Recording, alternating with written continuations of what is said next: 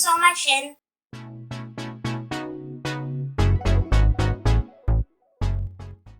Et bienvenue dans ma cuisine.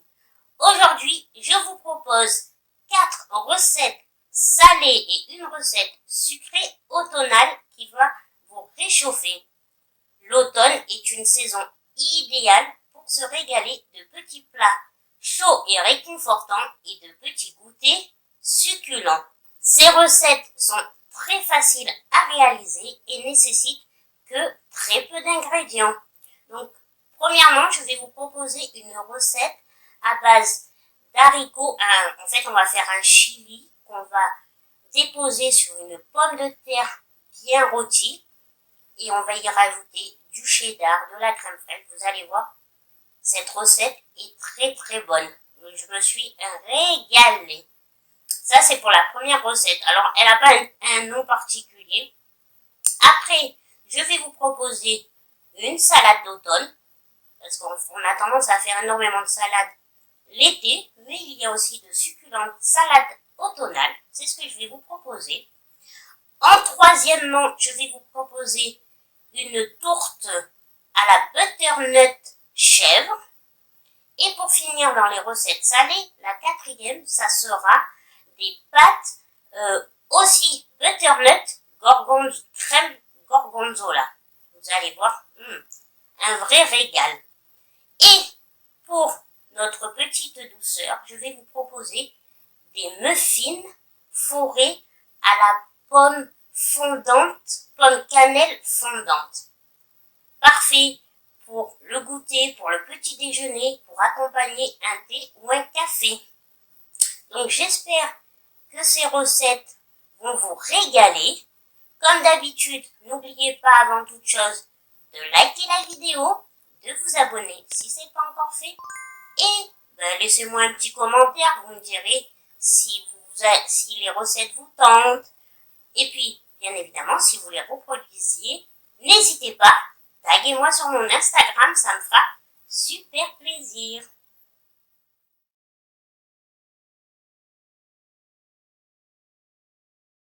Alors, pour notre première recette, que j'ai décidé d'appeler pommes de terre à la mexicaine. Pour commencer, il va vous falloir des pommes de terre. Alors, le nombre de pommes de terre va dépendre du nombre dont vous êtes dans votre foyer et la quantité que vous mangez. Une fois cela, vous les coupez en deux, bien sûr, vous les rincez avant. Vous les mettez dans l'air fryer si vous en avez une ou au four. Vous salez, vous poivrez, bien évidemment. Et vous y mettez un filet d'huile d'olive et vous les mettez en cuisson. Alors, tout va dépendre du four. Moi, à l'air fryer, je les ai mis pour 15 minutes à 200 degrés. Durant la cuisson de nos pommes de terre, nous allons préparer un chili rapide. Pour commencer, vous faites revenir dans une poêle avec de l'huile d'olive de l'oignon. Après, on y rajoute un poivron. Donc là aussi, pareil, moi j'ai pris un jaune, mais vous pouvez prendre un vert, un rouge, comme vous le souhaitez. Voilà. Et j'y rajoute aussi une gousse d'ail. Une fois ma gousse d'ail rajoutée à la poêle, je laisse mijoter, allez, 5 à 10 minutes en surveillant que ça ne brûle pas. Après 10 minutes de cuisson, j'y rajoute ma viande hachée. Je vais la saler, la poivrer. L'assaisonnement est très important. Après, j'y rajoute du paprika doux pour ma part, du cumin. Je mélange et je laisse encore mijoter 5 minutes.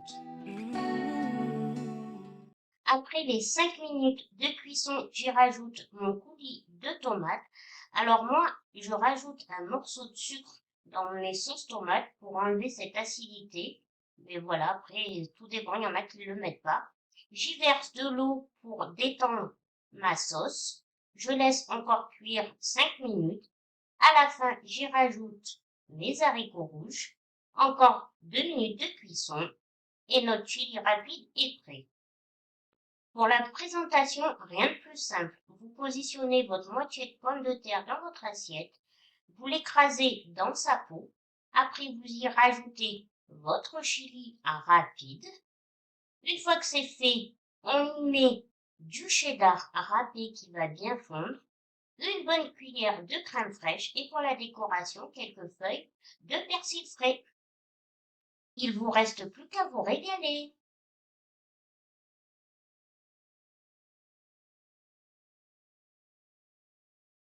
Alors, pour notre salade automnale, il va vous falloir de la salade, des feuilles de salade, vous choisissez la salade qui vous plaît, de la pomme, qui dit automne dit pomme, bien sûr.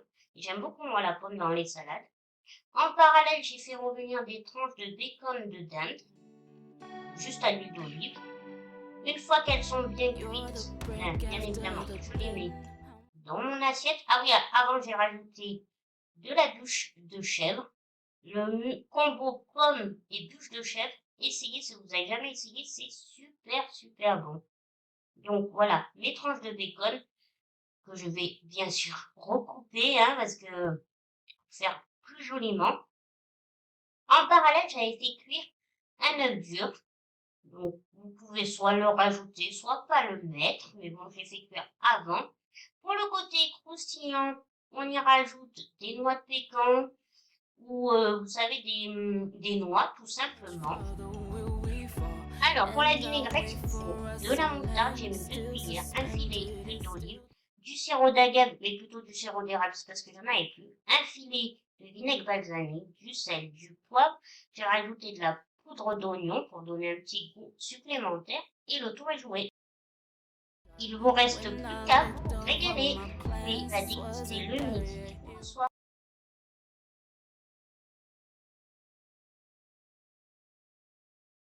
Pour notre recette quiche butternut chèvre, on aura besoin de butternut, d'une pâte brisée, de chèvre, de 2 œufs, un oignon et bien évidemment de la crème fraîche. Donc là, vous épluchez et évidez votre butternut. Après, vous allez la couper en petits cubes dans une casserole pour la faire cuire avec de l'eau salée. Une fois que vos cubes sont bien moelleux, c'est que c'est prêt. Vous coupez votre oignon que vous faites aussi revenir dans une poêle avec soit un filet d'huile d'olive ou de l'huile neutre. Maintenant, on prépare l'appareil à quiche, rien de plus simple. Vous cassez 2 œufs entiers. Après, vous allez y rajouter 2 grosses cuillères à soupe de crème fraîche. Une fois que cela est fait, vous rajoutez du sel, du poivre, des herbes de Provence ou les épices que vous souhaitez. J'ai mis les oignons que j'ai fait revenir, du chèvre et vous écrasez le tout pour que ça soit bien homogène.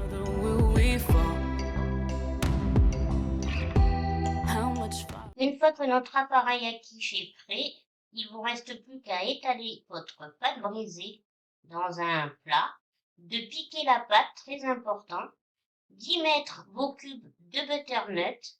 Voilà, vous les placez bien. Après, vous rajoutez une pincée de noix de muscade. Vous rajoutez l'appareil à quiche. Pour le côté gratiné, soit vous mettez du gruyère, moi j'ai mis du parmesan. Et vous enfournez pour à peu près 40 minutes. Tout va dépendre de votre four à 180. Et voici le résultat. Il vous reste plus qu'à vous régaler avec une petite salade.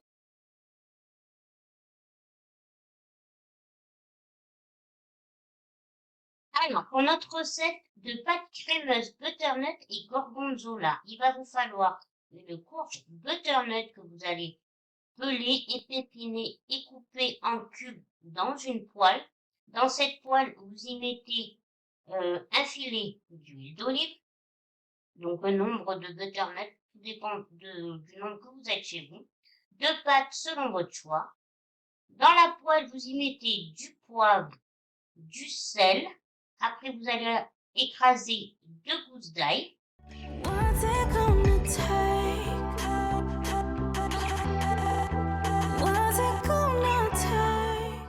Une fois que vous avez mis vos 2 gousses d'ail, vous remuez bien et vous laissez cuire bien une dizaine de minutes. Il faut vraiment que les cubes de courge soient rôtis et tendres.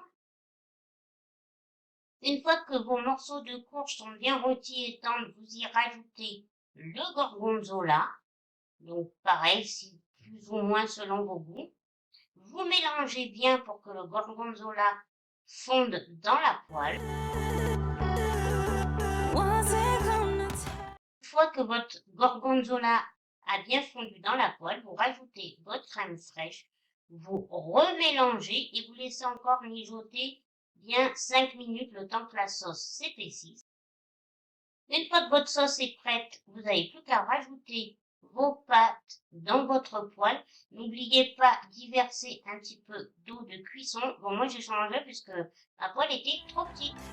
Finissez par un peu de parmesan et quelques feuilles de persil et vous vous régalez.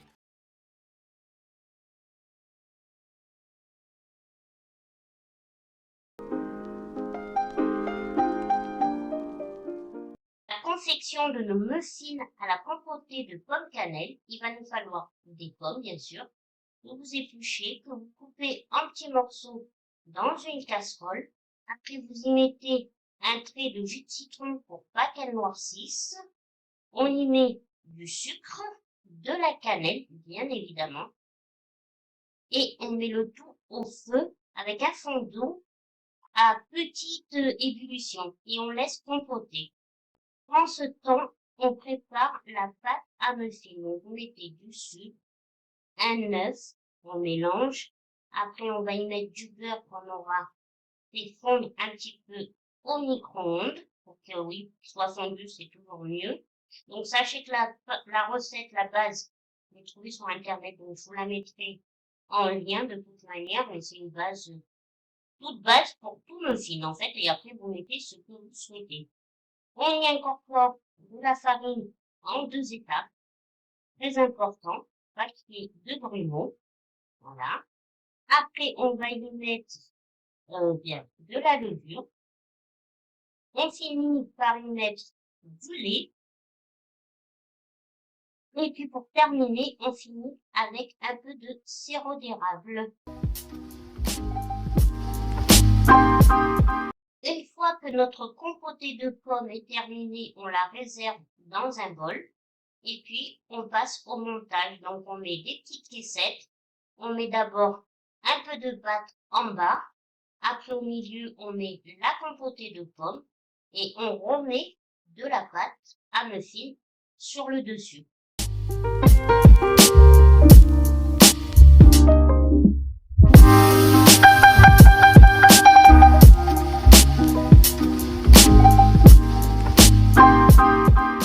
Une fois qu'on a fini de remplir nos caissettes, on enfourne à 220 degrés pendant 15 minutes. Et voici nos muffins. Alors moi j'ai saupoudré de sucre glace et j'ai mis une petite noisette au milieu. Vous pouvez vous régaler. Et voilà, les recettes sont terminées. Moi je vous souhaite un bon appétit. Et puis je vous fais des gros bisous. Et puis je vous dis à une prochaine vidéo. Bisous bisous.